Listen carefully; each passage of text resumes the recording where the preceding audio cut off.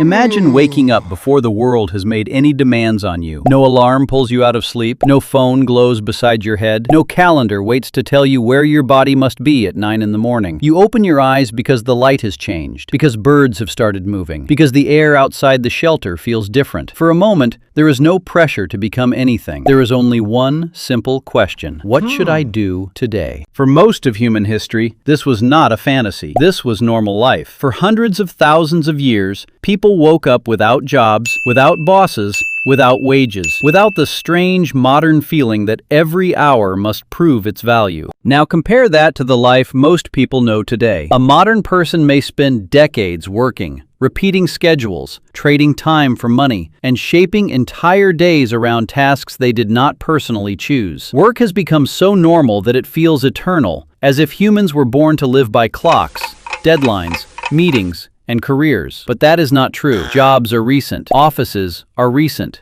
Paychecks are recent. Even the idea that your identity should be built around what you do for a living is recent. For most of our existence, humans did not introduce themselves by job title. They did not measure the day by productivity. They did not wake up thinking about promotions, rent, email, or retirement. Their day was shaped by hunger, weather, relationships, skill, danger, curiosity, and rest. So the real question is not whether ancient humans were lazy or busy. The better question is what filled a human day before work took over human life. If there was no employer waiting, no fixed shift, no factory bell, no school run, no traffic, no monthly bills, then what did people actually do from sunrise to night? The answer is more surprising than most people expect, because ancient life was not endless panic. It was not a movie scene where everyone sprinted from predators all day. It was a rhythm. Some hours were spent finding food. Some were spent making tools. Some were spent repairing shelters, preparing skins, watching children, sharing information, and solving small problems. But a huge part of the day was social, creative, and quiet. They talked, they watched, they learned by observing older people, they played with children.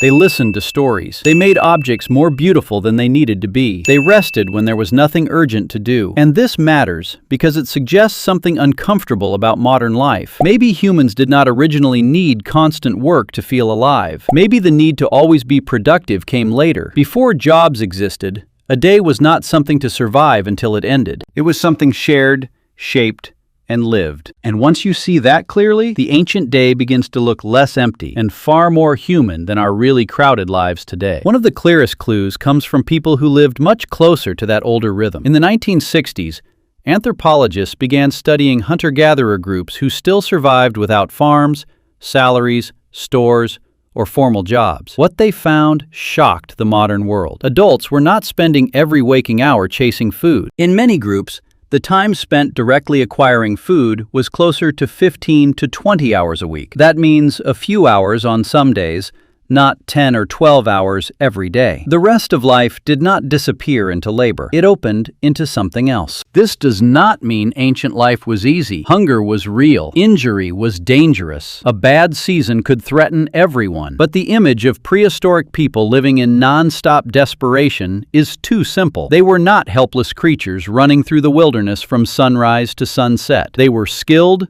observant, and deeply adapted to their world. They knew which plants ripened in which season. They knew where animals crossed water. They knew how weather changed the movement of herds. They knew how to read broken branches, footprints, smell, wind, silence, and birdsong. Survival was not only hard effort, it was knowledge built into the body. So when people went out to find food, it was not always a chaotic struggle. Sometimes a small group searched for tubers, berries, roots, nuts, shellfish, eggs, or honey. Sometimes hunters followed tracks for hours, moving patiently rather than violently. Sometimes they returned with nothing, and that was not always disaster, because food was shared and stored when possible. A successful day from yesterday could make today calmer. If meat remained, or if gathered food was enough, not everyone needed to leave camp again. Some people could stay. Some could repair tools. Some could watch children. Some could rest. This is the part modern people often misunderstand. Ancient humans were busy,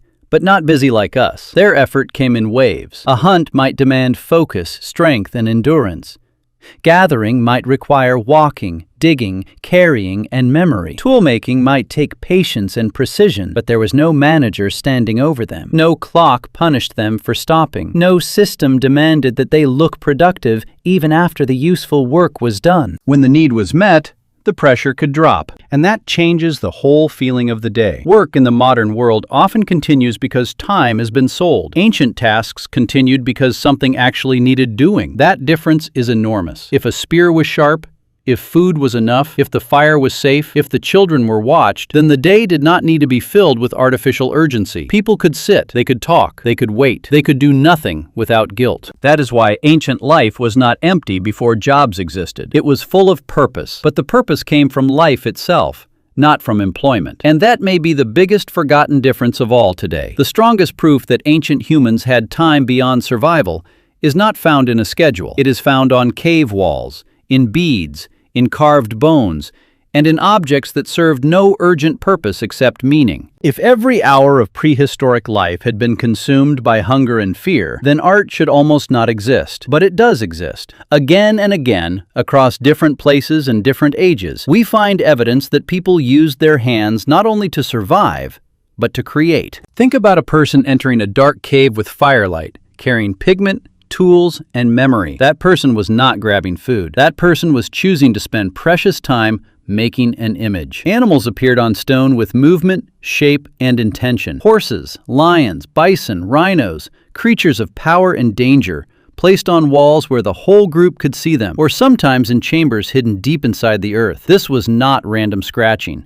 It required planning. It required practice. It required someone to care about beauty, story, fear, respect, and imagination. Then there were ornaments, shells with tiny holes drilled through them, animal teeth shaped into pendants, beads made slowly, patiently, one by one. These objects did not help anyone run faster or kill more efficiently. They said something else. I belong here. I am connected to these people. I have style. I have identity. Even before clothing brands, mirrors, or social media, humans wanted to decorate the body and signal who they were. That desire is ancient. Music tells the same story. A flute, carved from bone, is not a survival tool in the simple sense. It does not cut meat. It does not dig roots. It does not protect against cold. But it changes the feeling of a group. It creates rhythm. It gathers people. It makes memory easier. It turns evening into something larger than darkness. The person who made music in an ancient camp was doing something deeply human, giving shape to emotion. Now picture a normal morning. The light begins to spread. Someone wakes and checks the fire. Someone else reaches for leftover food from the day before. Children stir. Older people sit up slowly. There is talking before there is action. The group does not move like factory workers arriving for a shift. They discuss. They observe. They decide loosely. Is there enough food? Did anyone see tracks yesterday? Is the weather good for gathering? Should a few people go out, or should the group stay near camp? This is how a day could begin before work existed. Not with orders, but with awareness. Not with a clock, but with the body, the land, and the needs of the group. Some days began with movement, some began with repair, some began with waiting, but none began with the modern command to be productive before you even understand what the day is asking. That slower beginning made life feel less owned by time and more connected to place and people. Food was only one part of the ancient day. Once a group had enough to eat, the next question was not how to look busy. It was what still needed care. A person might sit with a stone core in one hand and slowly strike flakes from it, shaping a sharper edge. Another might repair a basket, twist plant fibers into cord, scrape dried hide until it softened, or check the point of a spear. These tasks mattered, but they were not jobs in the way we understand jobs now. Nobody was clocking in. Nobody was trying to impress a manager. Skill itself was the reward, because in a small group, people noticed competence immediately. A good toolmaker was respected. A patient hunter was respected. A person who could turn a stiff animal skin into something warm and useful was respected. Children learned by sitting close and watching. They did not need a classroom to understand that hands carried knowledge. They saw where pressure was placed, how a tool was held, how a mistake was corrected, how an older person stayed calm instead of rushing. In that world, learning was not separated from life. It happened beside the fire, under a tree, near a riverbank, while people talked and laughed. By afternoon, if the urgent work was finished, the day could widen. This is the part that feels almost impossible to modern people. Ancient humans could rest without needing to call it recovery. They could sit in the shade without feeling guilty. They could watch children play, groom one another, tell small jokes, tease, argue, make up, nap, or stare across the land in silence. Nothing about this was wasted time. It held the group together. Social time was not decoration on top of survival. It was survival. In a world without police, banks, written contracts, insurance, or hospitals, your relationships were your safety net. If you were injured, others had to help you. If you failed to find food, others had to share. If conflict became too severe, the whole group could fracture. So people invested time in one another. They talked because information mattered. They joked because tension needed release. They groomed because touch created trust. They told stories because memory had to travel from one generation to the next. This is why ancient leisure was not meaningless. It was the invisible structure of human life. A group that only hunted together would not last. A group had to feel like a group. It needed shared memories, shared humor, shared rules, shared warnings, and shared affection. The long hours of sitting together were not empty hours. They were where loyalty was built slowly, every single day. So when we ask what ancient humans did every day before work existed,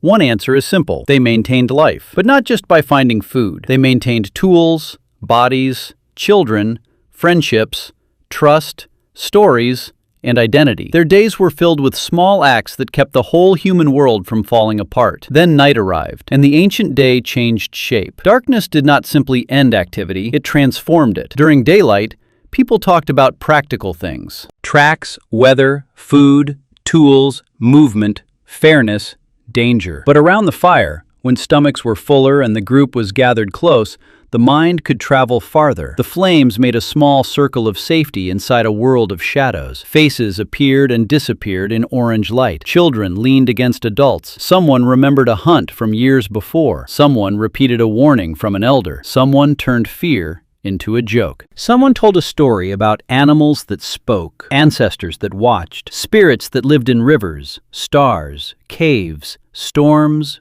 and dreams. This was not entertainment in the small modern sense. It was where culture became alive. Stories taught children what to fear and what to respect. They explained why people shared, why greed was dangerous, why courage mattered, why arrogance could destroy a person. Around the fire, the group practiced imagination together. They spoke about things that were not directly in front of them: the past, the future, the dead, the invisible, the possible. That ability may be one of the deepest human powers. Before schools, books, screens, and religions with buildings, there was the fire, the voice, and the listening group. Even sleep was different. Modern people often believe a normal night means closing the eyes once and waking in the morning without interruption. But before artificial light, human sleep could be more flexible. People might sleep for several hours, wake during the deep night, sit quietly, talk softly, think, watch the fire, listen for animals, then sleep again. Waking in the middle of the night was not automatically a problem. It was part of the rhythm of darkness. Then agriculture changed everything. Farming created more food, but it also created more mouths to feed. More mouths demanded more fields. More fields demanded more labor. Planting, weeding, harvesting, storing, guarding, counting, owning. Slowly, time became less open. People could no longer simply stop when the immediate need was met because crops had schedules of their own. Villages grew. Duties multiplied.